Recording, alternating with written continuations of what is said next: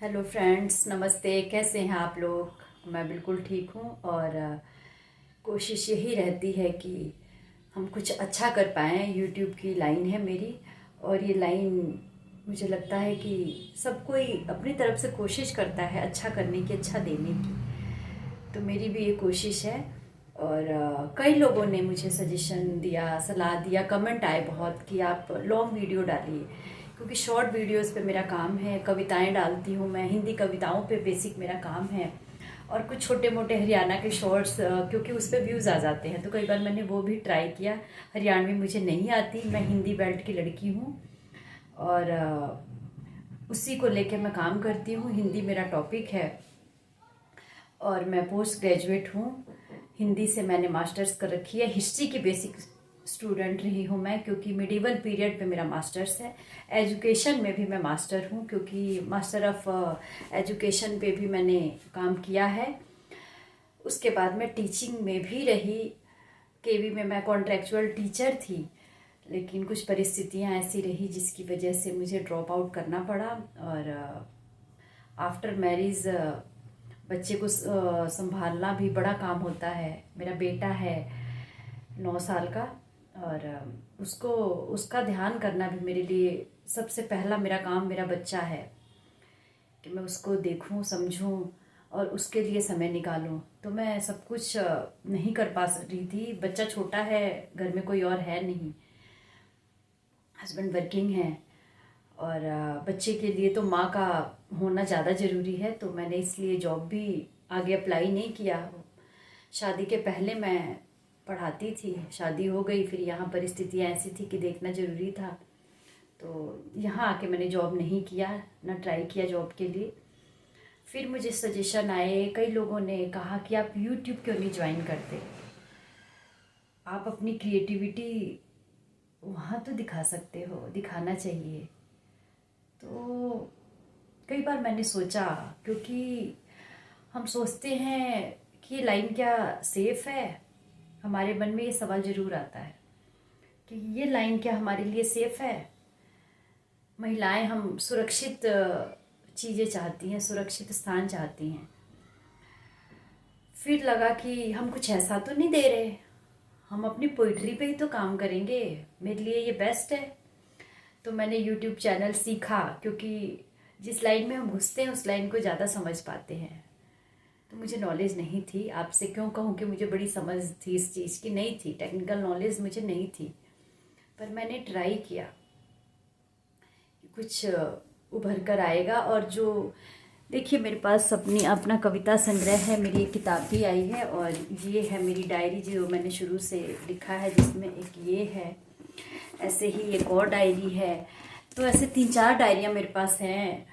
कविता संग्रह तो मेरा अभी तक निकला नहीं है, उस पर काम कर रही हूँ और कोशिश है कि कुछ अच्छा दूँ।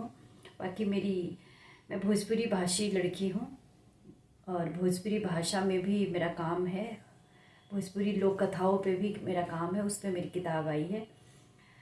और दिल्ली में ही परवरिश हुई है, दिल्ली में रहती हूँ मैं, यहीं की एजुकेशन है मेरी। कविताओं का शौक़ मुझे बचपन से रहा। मुझे याद नहीं कि कब से लिखना शुरू किया, पर जब मैं 6ठी क्लास में थी तो स्कूल में मेरी कविता छपी थी, वो मुझे याद है। पहली कविता थी मेरी जो वो छपी थी। और उसके बाद धीरे धीरे लिखने पढ़ने का टाइम आता रहा, लिखती पढ़ती रही और उसको लेके आगे बढ़ती रही। फिर कॉलेज शुरू हुआ, कॉलेज में भी कुछ कविताएं मेरी आई हैं, कॉलेज मैगज़ीन में जैसे आती हैं, न्यूज़पेपर में भी लिखा, छोटी मोटी कहानियाँ भी लिखती थी, लेकिन दिमाग कविताओं में ज़्यादा लगता था। शुरू से ये था कि कविता मैं ज़्यादा अच्छा कर पाती हूँ और सुनने वाले पे डिपेंड करता है कि उसको कैसी लगती हैं आपकी चीज़ें। आप जो प्रेजेंट करते हो आपके लिए तो वो बहुत अच्छा होता है, पर सामने वालों पे इम्पैक्ट क्या डालता है ये बहुत मायने रखता है। तो कोशिश मेरी रही कि मैं अच्छा दे पाऊँ। और फिर स्कूल में मैंने लिखी थी ये कविता, वो आज भी मुझे याद आती है। कुछ कुछ उस चीज़ों को मैं, कुछ शब्द उससे निकल जाते हैं दिमाग से, लेकिन वो कविता छपी थी और अच्छी लगी थी, उसके लिए मुझे प्राइज़ भी मिला था। तब से लिखना मुझे ज़्यादा कॉन्फिडेंटली शुरू किया मैंने कि मैं लिख पाती हूँ तो मैं लिखूँ। पता नहीं क्या परिस्थितियाँ थी, क्या सोच के मैंने उस समय लिखा था, पर इस छोटी उम्र में भी मैंने, ये 8वीं क्लास की कविता थी, छठी से लिखना शुरू किया जो याद आता है। और छठी क्लास में भी कविता छपी थी और ये 8वीं में छपी थी। लड़कियों पे लिखा था मैंने उस समय जो सोच थी, और आज भी वो कविता मेरे पास है। मैं सोचती हूँ कि आप लोगों से मैं शेयर करूँ, तो सुनिएगा ये कविता। मेरी डायरी अंतिम सांसें गिन रही है क्योंकि बड़े लंबे समय से ये डायरी मेरे पास है, लेकिन लिखा है मैंने और पसंद आएगी और सुनिएगा ज़रूर आप लोग। लड़की होना टाइटल है कविता का, लड़की होना। जानती हूँ सारे अधिकारों के मिलने पर भी, जानती हूँ सारे अधिकारों के मिलने पर भी कोई अधिकार नहीं है मेरा। जानती हूँ सारे अधिकारों के मिलने पर भी कोई अधिकार नहीं है मेरा। मैं एक लड़की हूँ, वह लड़की जिससे कहने को सारे अधिकार मिले हैं। उनका उपयोग भी वह कर सकती है, वह करना भी चाहती है, पर कैसे? एक कदम बढ़ाती नहीं कि सबकी नज़र में आ जाती है। एक कदम बढ़ाती नहीं कि सबकी नज़र में आ जाती है। सुनने को मिलता है तुम यह नहीं कर सकती लड़की हो ना, तुम यह नहीं कर सकती लड़की हो ना। आज पैदा होते ही माँ बाप की जकड़न में तो कल भाई चाचा के पंजों तले दब सी जाती है वह लड़की, दब सी जाती है वह लड़की, तो कल फिर अपने रिश्ते के डोर में न चाहते हुए भी बांधी जाती है वह लड़की। उस कच्ची उम्र में रिश्तों की डोर की धमकी दी जाती है और डोर में बंधी जाती है वह लड़की। फिर पति और उसके बाद बच्चों के हाथों पीसती हुई स्वर्ग सिधार जाती है वह लड़की।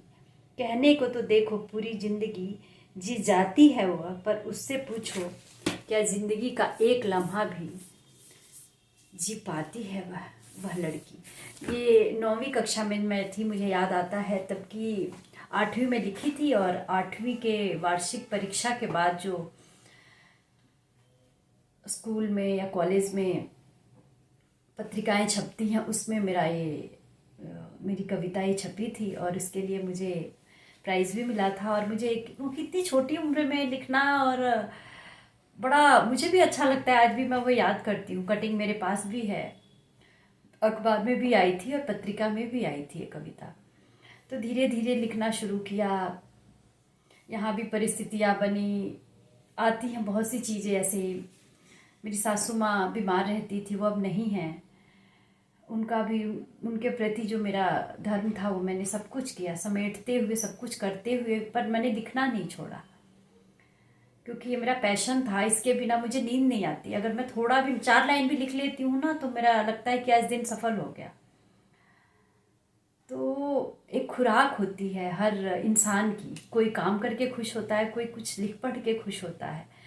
तो मुझे शुरू से इसमें मेरा मन था, तो मैंने लिखा और अच्छा लिखा जो मुझे लगा। और अब YouTube की लाइन में मैं आई हूँ, तो उम्मीद करती हूँ कि जो भी दर्शक जुड़ेंगे वो सपोर्ट करेंगे और सुनेंगे। बाकी कुछ कमियां लगे तो आप लोग सलाह सजेशन भी दे सकते हैं, और चैनल देखें तो कुछ कमियां भी उभर के आए तो बताना चाहिए, क्योंकि हर कोई अपनी लाइन में नया होता है और कोशिश करता है। और हम सुनते आए हैं ना कि कोशिश की कोई उम्र नहीं होती, सीखने की कोई उम्र नहीं होती। तो मैं भी कोशिश करती हूँ कि कुछ अच्छा कर पाऊँ। और ये है कि YouTube का चैनल समय लेता है और ले भी रहा है। 1.5 साल हो गया मुझे YouTube पे काम करते हुए। बहुत लेट पता चला, या लोगों ने मुझे कहा कि तुम्हें ये करना चाहिए, अच्छा लिखती हो, तो मैंने ये ज्वाइन किया। मुझे नॉलेज, पहले भी मैंने बताया कि मुझे नॉलेज नहीं थी यूट्यूब की, इस चैनल की, या कैसे बनाया जाता है, शॉर्ट्स कैसे डाले जाते हैं, या क्या होता है इससे, या इसमें आना क्यों ज़रूरी है। बाद में लगा कि ठीक है, दुनिया भी देखती है और अच्छा है, लाइन बुरी नहीं है। और हम जिस लाइन में काम कर रहे हैं लिखने पढ़ने की तो दुनिया है, तो क्यों ना इसमें आया जाए। तो इसलिए मैंने ये ज्वाइन किया। और मेरी अभी कविता संग्रह आ रहा है, वो बताऊंगी मैं आपको। सुनहरे पंखों तले लड़की, संग्रह का नाम है सुनहरे पंखों तले वह लड़की। मैं ये तो नहीं कहूँगी कि मैं स्त्रीवादी हूँ, सब पे लिखती हूँ मैं, लेकिन एक सॉफ्ट कॉर्नर कहें तो वो, क्योंकि मैं खुद एक स्त्री हूँ, एक महिला हूँ, तो मुझे लगता है कि उस पर मैं ज़्यादा अच्छा काम कर सकती हूँ, तो मैंने लिखा। और अच्छा लगता है, सुकून मिलता है, और अच्छे दर्शक जुड़े और लोग देखें, लोगों तक मैसेज जाए तो अच्छा लगेगा। लॉन्ग स्टोरी में मैं और क्या डाल सकती हूँ, मुझे अपनी कविताओं के अलावा तो कुछ सूझता नहीं है। तो फिर अगली स्टोरी में मैं आप लोगों से कनेक्ट करने की कोशिश करूँगी, कुछ और अभी की जो कॉलेज टाइम में आई और कुछ बाद में आई, कुछ अभी जो मैं लिख पढ़ रही हूँ, उन कविताओं को लेके मैं आपके समक्ष प्रस्तुत जरूर होंगी। और आज मेरा मूड था, आज पहला ही मैं लाइव सेशन के बाद मैंने लॉन्ग वीडियो पे पहला काम है मेरा, मैंने यही कोशिश की कि आज लॉन्ग वीडियो बनाती हूँ। लॉन्ग वीडियो में मैं यही करूँ, मेरे लिए ये ज़्यादा अच्छा रहेगा, मायने रखता है, क्योंकि जो मैं हूँ मैं उसी पे काम कर सकती हूँ और कोई भी उसी पे करता है। तो आप लोग सपोर्ट दीजिए, और कुछ कमी हो तो ज़रूर सलाह दीजिएगा, मैं उसको आगे अच्छा करने की कोशिश करूँगी। बहुत बहुत शुक्रिया आपका, आपने सुना, बहुत बहुत शुक्रिया। स्वस्थ रहिए, मस्त रहिए, सबको धन्यवाद।